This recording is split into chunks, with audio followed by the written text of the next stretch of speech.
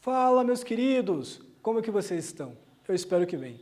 Aqui quem fala é o professor Guilherme Nevan e hoje vamos estar encerrando aí o nosso conteúdo de jogos eletrônicos, falando aí do tema de esportes eletrônicos. Então, se você curte esse tipo de aula, esse tipo de vídeo, já deixa aí preparado aí o seu material para fazer aí as seguintes anotações e responder aí as questões e as atividades que vão ser propostas aí no decorrer da aula. Beleza? Então vamos lá. Antes de mais nada, uma pergunta muito recorrente aí para o pessoal de casa é se os esportes eletrônicos eles podem ser, de fato, considerados um tipo de esporte. E o que são esportes eletrônicos? Por que que eles receberam esse título, essa nomenclatura? Por que que eles não continuaram sendo ali jogos eletrônicos? E para isso, eu gostaria de lembrar para o pessoal aí de casa que nas primeiras aulas nós fizemos ali toda uma diferenciação referente a jogos, né, tipos de jogos, e referente ao esporte. Qual que eram ali as principais diferenças entre essas duas coisas? Então os jogos eles tinham ali um caráter mais lúdico, mais como finalidade de entretenimento, e não era uma atividade ali tão levada a sério. Se você ia praticar algum tipo de jogo cooperativo dentro da escola, as regras elas poderiam ser mudadas ali constantemente. Tudo bem? Já o esporte propriamente dito, ele tem ali as regras bem estabelecidas. Tinham confederações, federações que eram responsáveis por regulamentar determinada atividade como competitiva. Então elas organizavam torneios, ofereciam premiações e diversas coisas desse tipo, que caracterizavam aquela determinada modalidade de atividade física como um tipo de esporte. Tudo bem? Para produzir a aula de hoje, eu me baseei aqui em 2 artigos. Eu vou estar fazendo a leitura desses 2 artigos aqui, justamente com vocês, e no final da aula vai aparecer mais um artigo de uma revista, justamente ali para vocês terem uma noção de onde que eu tirei todas as informações que eu vou estar passando na tela aqui para vocês.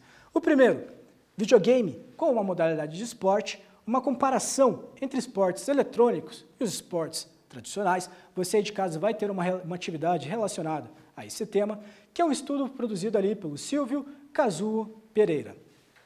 Outro artigo que nós vamos estar utilizando é a aplicação da educação física com o uso de novas tecnologias. Foi um artigo escrito por mim mesmo aí durante o meu período de graduação. Antes de mais nada, é preciso ter em mente que desde os primeiros jogos eletrônicos já existiam ali diversos jogadores que para eles aquilo não era como só uma diversão, como só um hobby, como só um tipo de passatempo. Eles de fato estavam levando aquilo muito a sério e eles queriam ser os melhores, independente dos jogos que eles estivessem jogando. Então eles treinavam ali diversas estratégias, sempre tentavam conseguir ali as maiores pontuações, porque para eles de fato não era assim uma brincadeira, era sim para eles uma atividade competitiva, eles queriam competir com outros jogadores para ver quem seria ali o melhor. E foi ali na década de 1970, né, que o arcade seria como se fosse uma plataforma eletrônica que permitia ali o usuário a que ele tivesse acesso a um determinado título, a um determinado jogo, né, através ali da inserção de uma pequena ficha, de uma pequena moeda. Então ele era um aparelho gigantesco que o pessoal instalava principalmente ali em estabelecimentos ali comerciais, e também algumas lanchonetes ali na década de 70. Trouxe aqui para vocês uma imagem de como que eram visualmente esses arcades. Certamente você aí de casa, quando vai a alguma lanchonete, ou você já visitou alguns lugares, algum shopping, coisa desse tipo, você já deve ter se deparado com máquinas bem parecidas com essas que estão sendo apresentadas aqui. Claro que os arcades que nós temos hoje, eles também eram conhecidos como fliperamas, eles são principalmente conhecidos como fliperamas aqui no Brasil. Mas os arcades atuais, os mais modernos, eles vão apresentando sempre ali jogos mais recentes, títulos mais recentes. Os primeiros arcades, eles apresentavam gráficos como aqueles de Super Nintendo, do Atari, que nós verificamos aí nas nossas primeiras aulas, quando falamos sobre toda a evolução dos jogos eletrônicos através ali dos consoles. E devido ao sucesso absurdo, porque ali de fato 2 pessoas estariam competindo para ver quem era melhor, né, isso resultou uma arrecadação de dinheiro gigantesca assim, para diversos estabelecimentos que disponibilizavam ali para seus clientes essas máquinas de fliperamas, tudo bem? Então ali diversas pessoas frequentavam esses estabelecimentos só para jogar ali o seu jogo ali favorito. E como essas máquinas precisavam de uma moeda, que o usuário fosse lá e comprasse uma fichinha para ter acesso ali ao jogo, elas arrecadavam milhões e milhões e milhões de dólares ali para as empresas que trabalhavam com esse tipo de tecnologia. E tanto para os clientes, aquele ambiente ali, ele se tornava assim, começou a se tornar assim, um ambiente até mesmo onde as pessoas frequentavam com uma certa frequência, iriam frequentemente. E sabendo disso, alguns desses estabelecimentos mais tarde começaram a organizar alguns campeonatos oferecendo premiações para quem ficasse ali nas melhores colocações nesses jogos. Então, o dono desse estabelecimento teve ali a sacada genial e percebeu, né, que, poxa, as pessoas estão vindo aqui para a minha lanchonete, estão vindo aqui no meu comércio para acessar essas máquinas. Consequentemente, eu estou vendendo mais produtos, eu estou vendendo ali mais alimentos, eu estou vendendo mais coisas aqui na minha loja. Então, isso para eles assim, acabou se tornando assim, uma alternativa muito rentável assim, de estratégia comercial, e eles acabaram tentando pensar em formas de expandir ainda mais, né, para outras franquias e também atrair cada vez mais o público para os seus comércios. Então, eles organizavam ali campeonatos, oferecendo ali as devidas premiações para os melhores colocados. E as primeiras plataformas onde começaram a acontecer esse tipo de campeonato foram, de fato, ali as máquinas de fliperama, as máquinas de arcade. A época de ouro dos fliperamas foi ali no início da década de 1980, onde aconteceu o primeiro campeonato mundial de videogames. E, inclusive, os recordes de videogames que os jogadores atingiram nesses campeonatos, eles foram publicados até mesmo ali no Guinness Book, que seria ali o Guinness Book, que seria ali como se fosse um tipo de livro super famoso, onde ele registrava os maiores recordes feitos assim da humanidade. Então, os atletas assim, eles acabaram tendo ali o seu status, a sua moral, elevados assim para atletas profissionais e até mesmo celebridades ali naquela época. Então, as pessoas queriam tirar fotos, eles distribuíam autógrafos, né, tinha toda uma cobertura midiática em cima desses principais jogadores, e aí também estava gerando ali um certo retorno ali financeiro para quem ali dedicava horas e horas de jogatina nas máquinas de fliperama. E então, que algumas empresas começaram a perceber essa popularização gigantesca, né, por conta do surgimento dos consoles e tudo isso. Então, o público estava gostando assim, dos aparelhos assim, de jogos eletrônicos. E foi então que a Twin Galaxies, que foi uma organização ali criada em 1981, ela foi responsável por fundar o primeiro time oficial de jogos eletrônicos que nós temos ciência aí na nossa história. Então, ela formou ali a United States National Video Game Team, que foi basicamente como se fosse uma seleção, né, dos melhores atletas, dos melhores jogadores, os que tinham as melhores pontuações de jogos eletrônicos ali naquela época. Então a gente começou a ver que os jogos eletrônicos estavam tomando ali proporções, até mesmo de oferecer uma carreira para quem se destacasse ali nas modalidades, né. E a primeira competição mundial realizada, ela teve ali bastante notícia, ela foi bastante notificada ali, principalmente pelas mídias, pelos meios de coberturas ali naquela época. Então você tinha ali diversas reportagens de jornal saindo com fotos e estampas desses jogadores, também mostrava ali os locais, mostrava ali quais eram os valores de premiações. Então as pessoas que tinham interesse em participar, em se inscrever, elas teriam ali acesso a toda uma série de instruções ali através de jornais, e isso também dava ali uma certa visibilidade ali para os jogadores. Então os jogadores, como eu já falei, eles acabavam se tornando como se fosse ali uma marca, né? Eles pertenciam ali a uma certa empresa, e aí os produtos feitos desses jogadores ali, eles tinham uma certa relevância ali no mercado. Então os caras falavam, olha que legal, a gente tem aqui o fliperama desenvolvido com base no jogador campeão ali de Pac-Man mundial. A gente tem aqui um controle de um console todo adaptado ali, foi projetado ali por um jogador oficial ali de Super Mario. O jogador conseguiu completar o jogo Super Mario ali mais rápido do mundo. Então, esses jogadores acabaram se tornando vitrines, também uma marca. Eu trouxe aqui para vocês uma imagem de matéria de época, uma imagem de jornal, onde mostra como que era essa Twin Galaxies, né? Esse time que foi montado lá no começo dos anos de 1980. E vocês percebam aqui, ó, que cada um ali, tem várias máquinas ali de fliperamas e cada uma delas ela vai representar ali um jogo diferente. Então são vários jogos, então existem jogadores bons dos mais variados títulos ali naquela época. E era algo assim tão superestimado, que até mesmo eles contavam, tão referentes, tão semelhantes ao esporte, propriamente dito, que eles começaram até a utilizar ali animadoras de torcida, caso alguns jogadores estivessem tendo alguns problemas ali durante a partida, e levantar ali a moral para que eles tivessem ali um melhor desempenho. Ali na direita, a imagem de algum desses jogadores. Se vocês conseguirem prestar bastante atenção, vocês vão perceber ali que tem ali os pontos, a pontuação que eles atingiram dentro dessas máquinas e também ali a idade de cada um desses jogadores. Então vocês vão ver ali que as idades são as mais variadas possíveis. Vão ter jogadores ali com quase 30 anos e também vão ter jogadores ali com idade entre 15 e 16 anos, bem novos. Então as idades variavam bastante.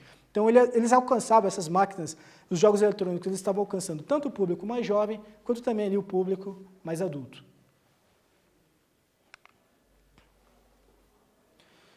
E tudo isso aconteceu principalmente devido ali à popularização que os jogos eletrônicos estavam tendo e também ali dos consoles, dos computadores. Então, falei para vocês de outras aulas como tudo isso foi se evoluindo, mas justamente como essas tecnologias começaram a ser desenvolvidas cada vez mais, elas tiveram ali seus preços ali bastante barateados, e também por conta da concorrência, porque tiveram várias empresas ali entrando no ramo. Então, obviamente, elas se tornaram ali tecnologias mais acessíveis. Então, as pessoas ali, em vez de frequentar ali casas de jogos, fliperamas e coisas desse tipo, elas estavam podendo usufruir de alguns títulos dentro ali de sua própria residência. E também é importante mencionar que devido à popularização dos computadores e também da internet, mais tarde foi possível que você não precisasse se dirigir diretamente a um estabelecimento ou à casa de um amigo para jogar um determinado jogo. Você poderia estar jogando, interagindo com outras pessoas dentro de sua própria residência. Né? E foi então ali no começo dos anos 2000 que os jogos eletrônicos eles começaram a ganhar ali uma certa identidade como um novo tipo de esporte. Era tudo ali muito precoce, tudo ali ainda era muito novo. E o avanço da tecnologia e a chegada da internet, elas permitiam que agora diversas ligas, diversos torneios, eles fossem organizados online. Então você não precisava, por exemplo, se deslocar de um lugar para o outro. Você poderia estar participando das etapas de classificação para esses torneios dentro ali de sua própria residência. Alguns jogos eles eram sim mais coletivos, então você precisaria ali de outros jogadores para conseguir atingir o objetivo daquele jogo, enquanto os outros ali eram um pouco mais individuais. Você precisava ali ter uma rotina de jogo assim um pouco mais solitária, vamos dizer assim. Né?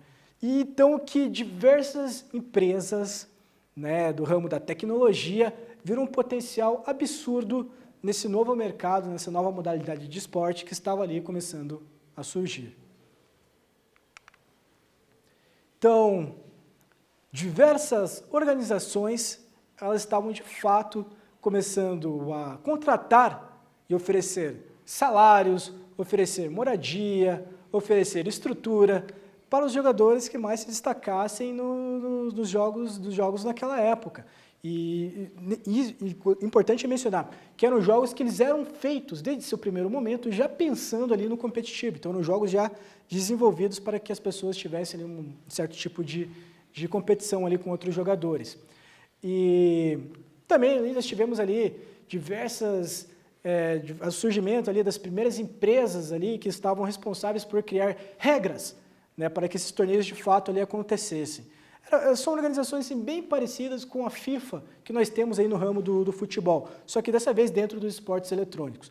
A primeira que surgiu, eu já vou estar mostrando aí na sequência para vocês, e também dos primeiros campeonatos, regras e modalidades existentes ali que os atletas poderiam competir, optar ali por competir. Né? Então, quando você ia, por exemplo, viajar para um determinado país, alguns países já estavam ali oferecendo para esses jogadores o visto no passaporte de atleta, então ele recebia ali a avistagem de que ele estaria de fato representando o seu país em uma determinada competição. E assim, diversas empresas, né, que estavam vendo o potencial naquilo, juntamente com as organizações que estavam responsáveis por organizar torneios, elas começaram a investir ali, colocando ali, proporcionando para os jogadores, por exemplo, o melhor computador da época tem que ter aqui os produtos da minha determinada marca. Ah, porque esse time ele só vai usar o mouse, o teclado da minha marca específica da minha empresa. Ah, porque aquele outro jogador específico, ele está usando ali um uniforme que vai ser semelhante aí a um produto que dentro da residência dele vai oferecer ali uma monetização, um salário extra, assim, sabe? Uma verba ali de publicidade. Então, de fato, assim, o mercado financeiro ele começou a tomar conta da área da competição ali dos jogos eletrônicos. E os jogadores ali, eles começaram a ver, né, diversas pessoas começaram a perceber que, de fato, estava se tornando algo rentável, algo assim que daria, de fato, uma oportunidade de futuro, uma oportunidade de carreira para eles.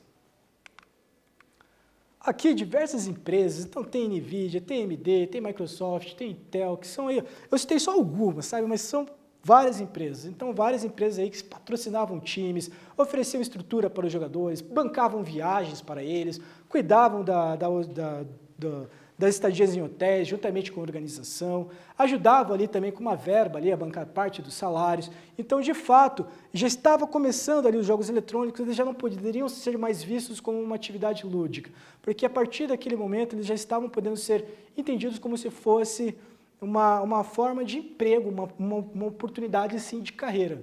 E essas empresas, assim, elas estavam sim, ganhando diversas vendas de seus produtos, porque elas colocavam nas mãos ali do que seria a elite dos jogadores ali de jogos eletrônicos, os melhores que tinham ali naquela época. Aqui eu vou falar sobre o primeiro torneio gigantesco, o primeiro torneio mundial de esportes eletrônicos. Na sequência eu vou estar trazendo aí algumas imagens para vocês, que foi a World Cyber Gaming WCG.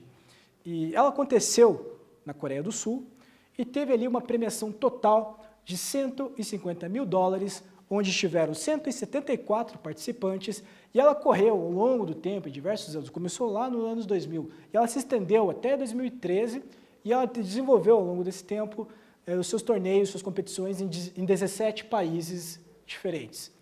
E no começo ali, os jogos que eles tinham ali como modalidade competitiva, era o Age of Empires, era o Quake Arena e também o StarCraft.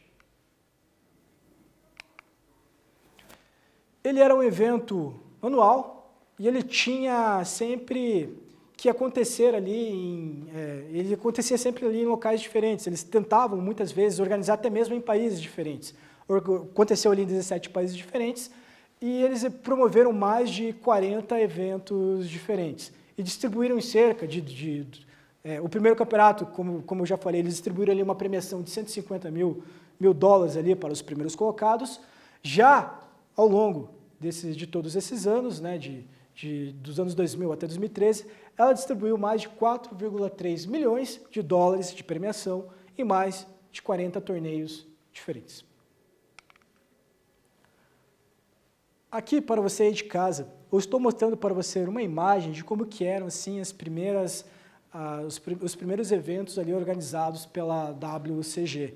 Então, vocês notem aqui que nós vamos ter a presença dos atletas, né, de um time que estava ali no topo de um altar, onde eles ficavam em evidência, em destaque, e ali, na parte de baixo, era colocado como se fosse diversas cadeiras, arquibancada, onde as pessoas poderiam acompanhar ali os seus ídolos, né, os seus jogadores favoritos, os seus times favoritos, a desempenhar ali durante aqueles torneios. Então, Outra coisa também bem parecida que nós temos aí com os esportes tradicionais, que era a presença de público para presenciar ali o evento ocorrido. E notem também, se vocês olharem bem ali nos cantinhos, vão ter ali diversas marcas de diversas empresas, sempre ali à mostra, ali deixando ali em evidência, justamente para promover mais vendas de determinado tipo de produtos. Aqui, ó, aqui para vocês, essa foi a WCG que aconteceu no ano ali de 2004.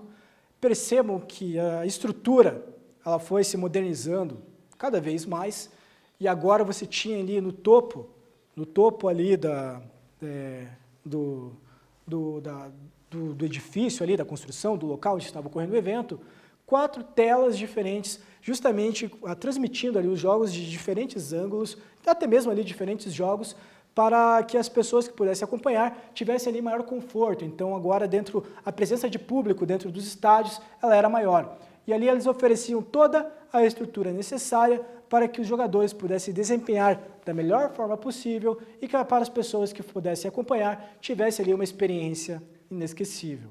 E novamente, as empresas ali sempre deixando ali suas marcas em evidências, patrocinando, mostrando que estão apoiando esse tipo de evento.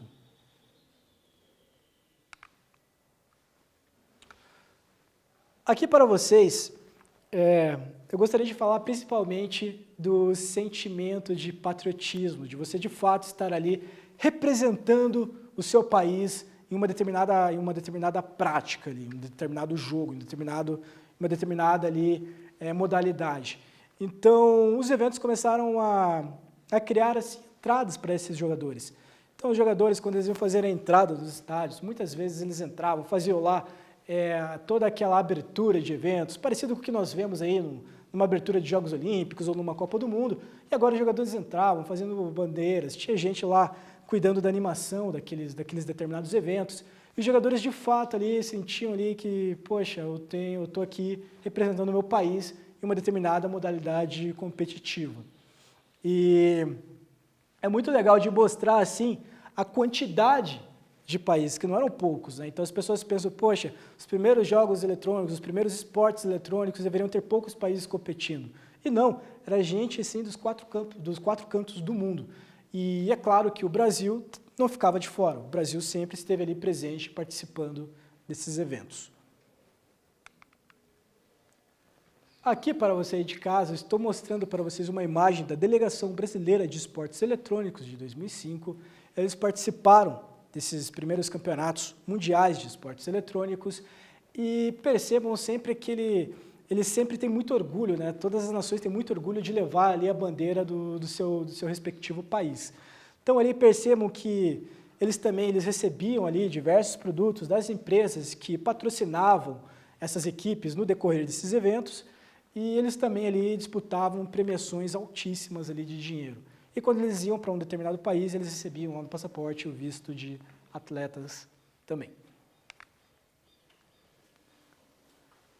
Na imagem aqui da esquerda, eu tenho para vocês como que era lá um dos primeiros jogos ali, de fato, que estava sendo encarado ali como, poderíamos considerar ali como um esporte eletrônico.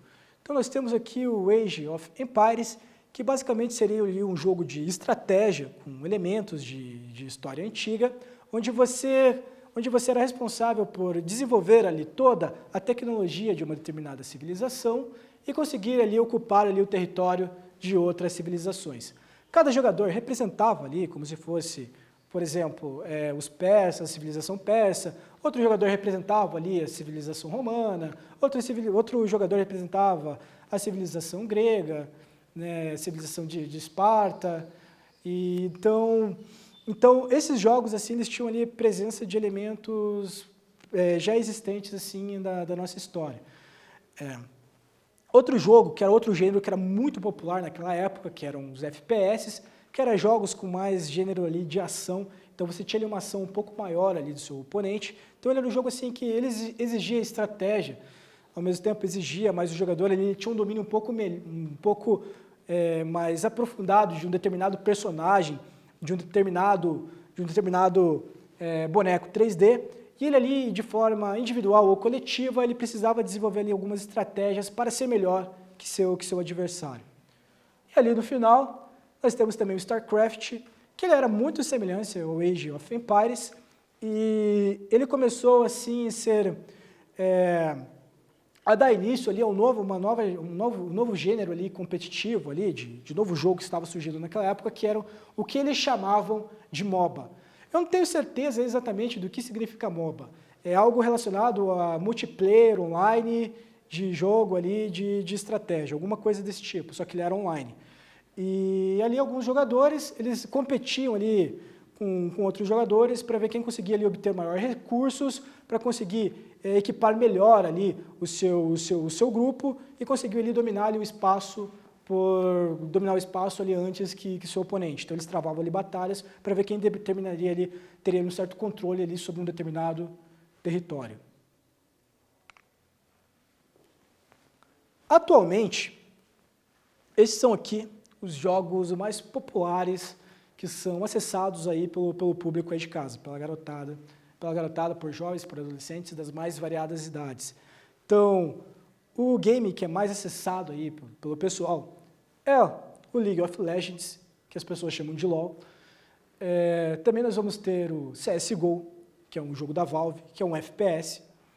Nós vamos ter ali jogos como Fortnite, Hearthstone, Minecraft, PUBG, Overwatch e também vamos ter ali Rainbow Six, que eles são jogos assim, que eles estão em todas as plataformas, são jogos multiplataformas, e eles vão oferecer assim, para o usuário um ambiente multiplayer online, onde eles vão poder jogar ali com diversos outros jogadores, mesmo que seja ali de uma forma competitiva, mas não profissional, podemos dizer assim. Então você poderia jogar ali o jogo de forma competitiva com outras pessoas, com o seu time, mas ali de fato sem a necessidade de transformar aquilo num grande evento, com cobertura da mídia, com premiações e coisas desse tipo.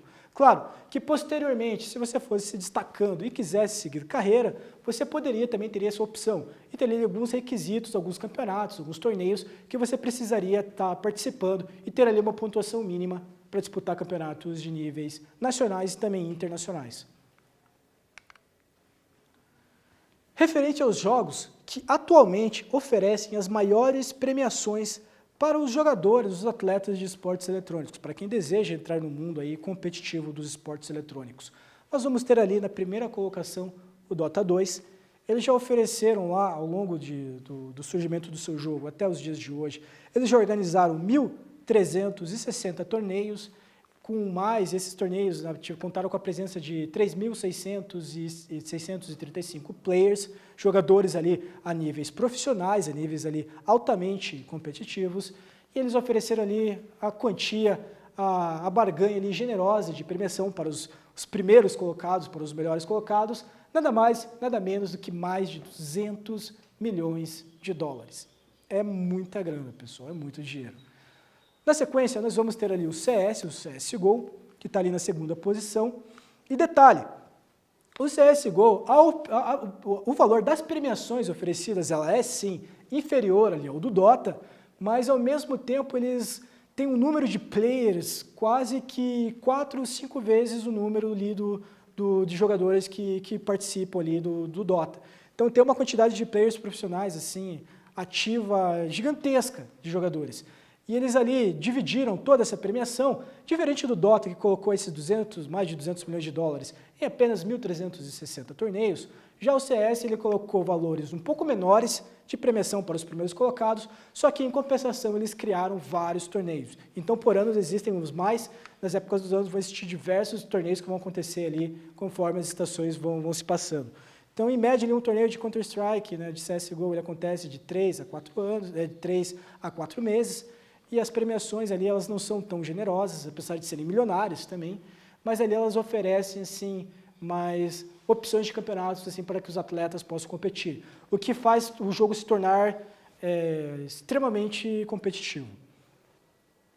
Aí, na sequência, um jogo um pouco mais recente, que é o Fortnite, e o Fortnite eu gostaria de chamar a atenção, porque recentemente eles organizaram aí alguns campeonatos oferecendo premiações, acho que as maiores premiações da história assim, dos jogos eletrônicos, presentes ali em um único torneio. né? Então, os jogadores iam disputar ali um torneio e iam receber ali uma quantia, uma barganha ali de 15, 20 milhões de dólares, né, para os primeiros colocados. Então, essa quantia de dinheiro para um único torneio era muita grana, e por esse motivo ali, diversas pessoas acabaram abandonando até mesmo outros jogos ali de esportes eletrônicos para participar ali do Fortnite, porque era um jogo novo, recente, e as pessoas ainda estavam aprendendo aí como que se jogava, e as premiações em dinheiro também eram bastante generosas. Na sequência, nós vamos ter o LoL, que é um jogo ali que o pessoal chama de MOBA, tem ali bastante elementos de estratégia também, de você evoluir o seu personagem, coisas desse tipo, e você vai ter ali 6.887 players, teve ali em média 2.427 torneios e a premiação ali de 74 milhões de dólares. E ali na quinta colocação, o StarCraft 2, que teve mais de 5.000 torneios, quase ali na casa dos 6.000, e ofereceu mais de 30 milhões de dólares para os mais de 2.033 players que participavam aí desses torneios naquela época. Esses aqui são os 5 jogos eletrônicos que oferecem uma estrutura competitiva de fato ali para os jogadores, e mais do que isso, eles investem pesado ali em torneios, em premiações, que acabam elevando ali o status de jogador para de fato ali um atleta profissional daquele ramo. E por que é importante trazer essa nova modalidade de esporte aí que estaria surgindo? Justamente porque são jogos assim que fazem parte de boa parte assim, da população. Então, o público mais jovem, principalmente, eles vão ter ali bastante contato com esses jogos. Então, é muito comum você pegar reportagens, diversas reportagens de TV, onde elas falam sobre atletas que têm idades ali idades próximas ali, variadas entre 15, 16, 12, 13 anos de idade, e elas também estavam 15 anos de idade, e elas também, assim, além de cuidar das tarefas ali dentro da escola, elas estavam sendo ali oficializadas, entrando ali no ramo ali de atletas profissionais dos esportes eletrônicos. E aqui uma matéria que eu falo sobre isso, que ele fala assim sobre a rotina de treino, que a rotina de treino, um atleta ali de 15 anos, ele fala que ela é uma rotina muito insana, uma rotina muito cansativa. E às vezes ele precisa dedicar ali 5, 6, 10 horas de treino para aquele determinado jogo específico. Então o jogo abre mão para ele de ser uma diversão e acaba se tornando uma obrigação e até mesmo ali uma fonte de sustento, porque eles acabam recebendo salário e coisas desse tipo.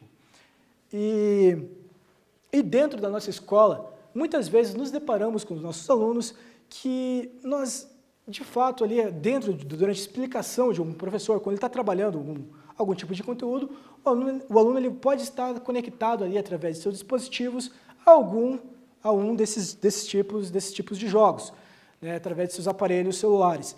Só que qual que são os principais riscos para isso?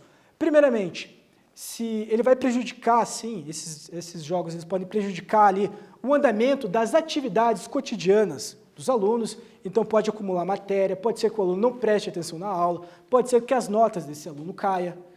E a carreira, ainda para esportes eletrônicos, ela existe sim de fato, mas assim como diversos outros esportes, ainda é uma carreira restrita. Então não é todo mundo ali que vai conseguir obter êxito em se tornar ali um pro player, um jogador profissional ali de jogos eletrônicos. Isso é feito para poucos e vai depender muito da sua sorte. Aqui, outro exemplo que eu gosto de estar trazendo para vocês, referente aos esportes eletrônicos, é que cada vez mais eles recebem uma atenção ali meio que com mais carinho ali dos principais meios de comunicação. Então nós temos aí diversos atletas que conseguem ali os maiores efeitos, isso atualmente falando, e também, detalhe, do cenário competitivo brasileiro, que acabam tendo ali uma certa relevância ali dentro da comunidade. E acabam até mesmo incentivando ali que novas pessoas acabem adentrando ali e dando uma chance para esse universo aí dos esportes eletrônicos. E é claro, eles também deixam claro que é sempre bom jogar com uma certa ministrando bem ali os seus horários, então deixar o tempo para fazer as atividades da escola, deixar ali o tempo para ficar com sua família, aproveitar ali o tempo com sua família, que também é bastante importante, fazer ali os seus deveres dentro de casa, né, se possível quando ajudar um pai, uma mãe, e também ali, por último ali você deixar ali para o seu momento de lazer, ali jogar ali alguns jogos desse tipo. Também, eu falei ali dos 5 jogos ali que são mais populares assim da temática competitiva, né, que oferece ali uma estrutura para os jogadores. Mas jogos como FIFA, né, eles também oferecem ali modalidades competitivas, embora as premiações elas não sejam ali tão generosas em dinheiro. Então, às vezes, se você é bom ali no jogo de futebol, também existe aí alguns campeonatos que vocês podem estar disputando, ainda que de forma ali talvez um pouco, com premiações ali um pouco menores.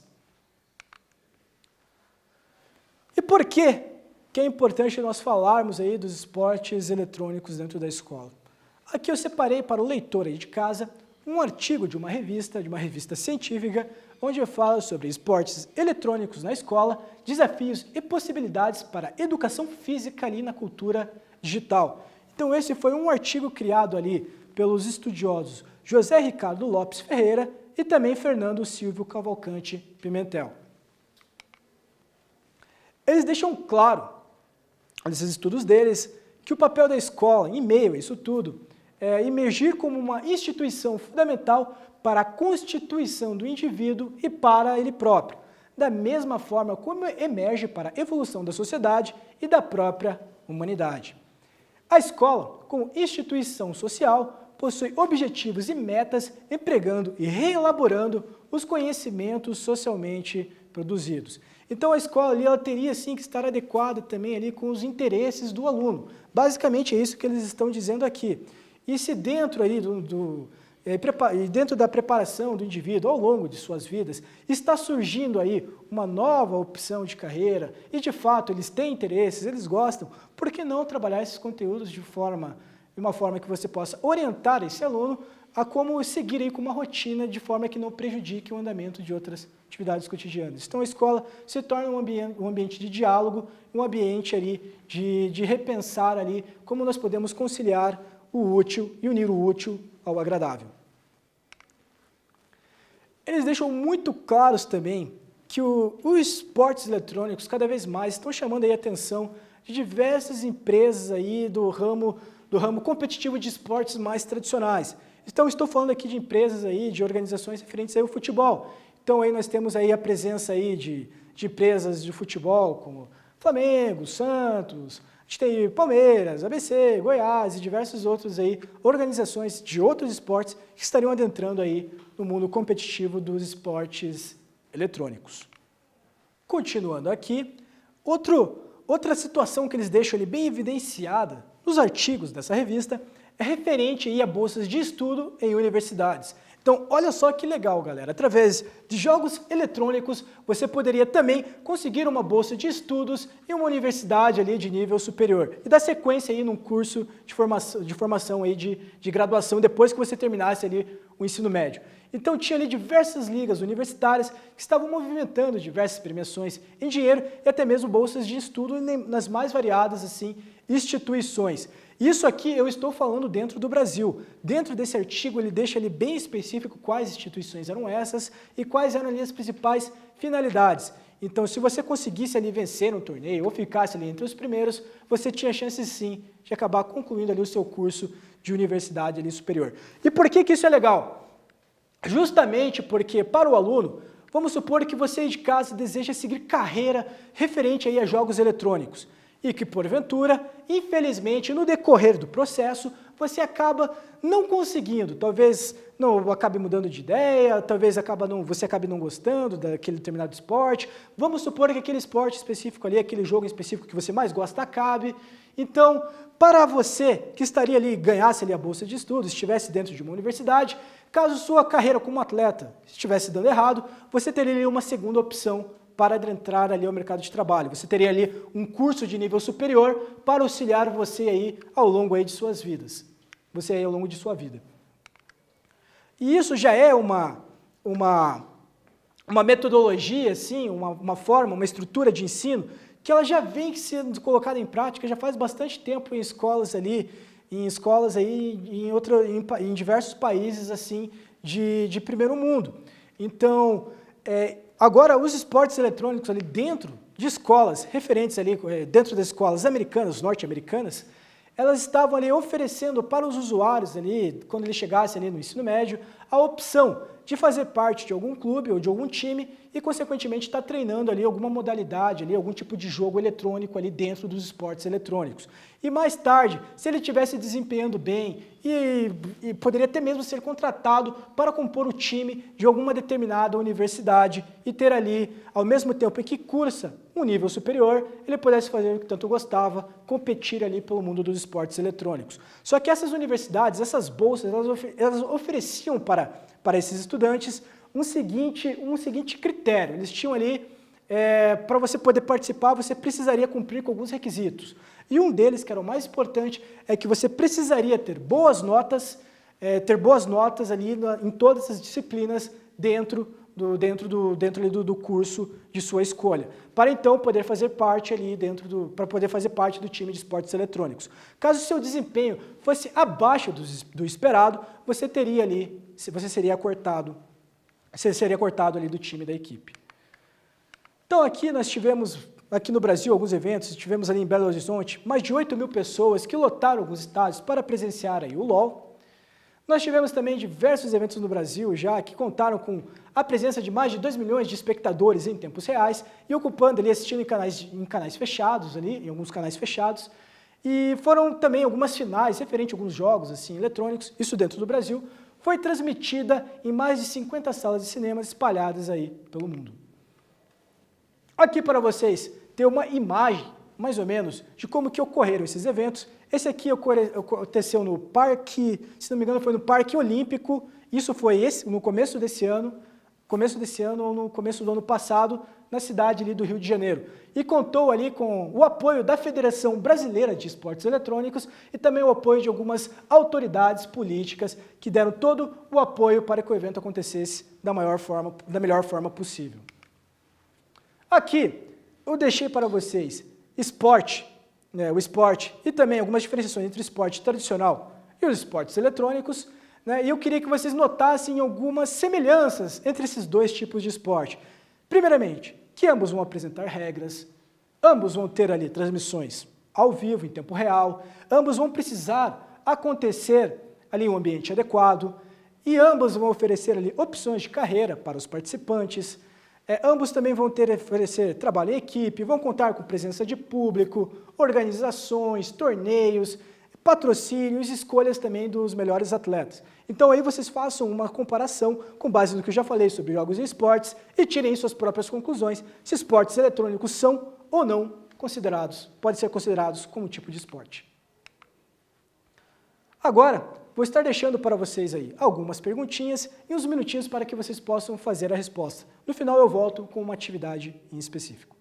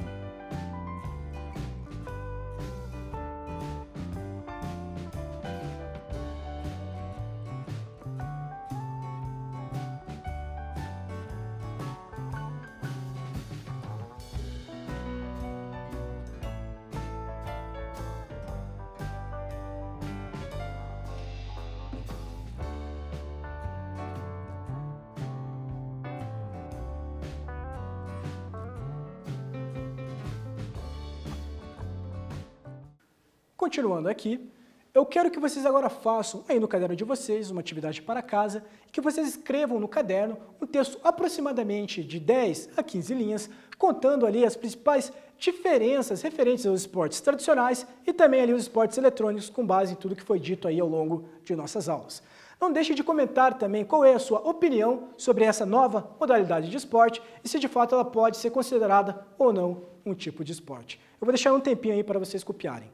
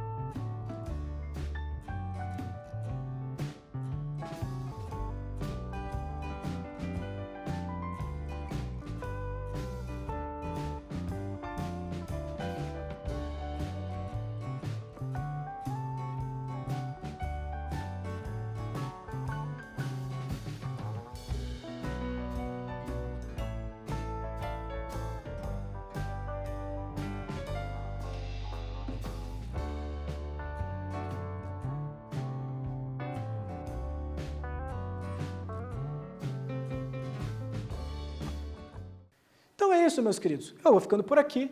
Se vocês gostaram, continuem acompanhando as nossas aulas e vejo vocês aí nas nossas próximas transmissões. Aquele abraço, fui!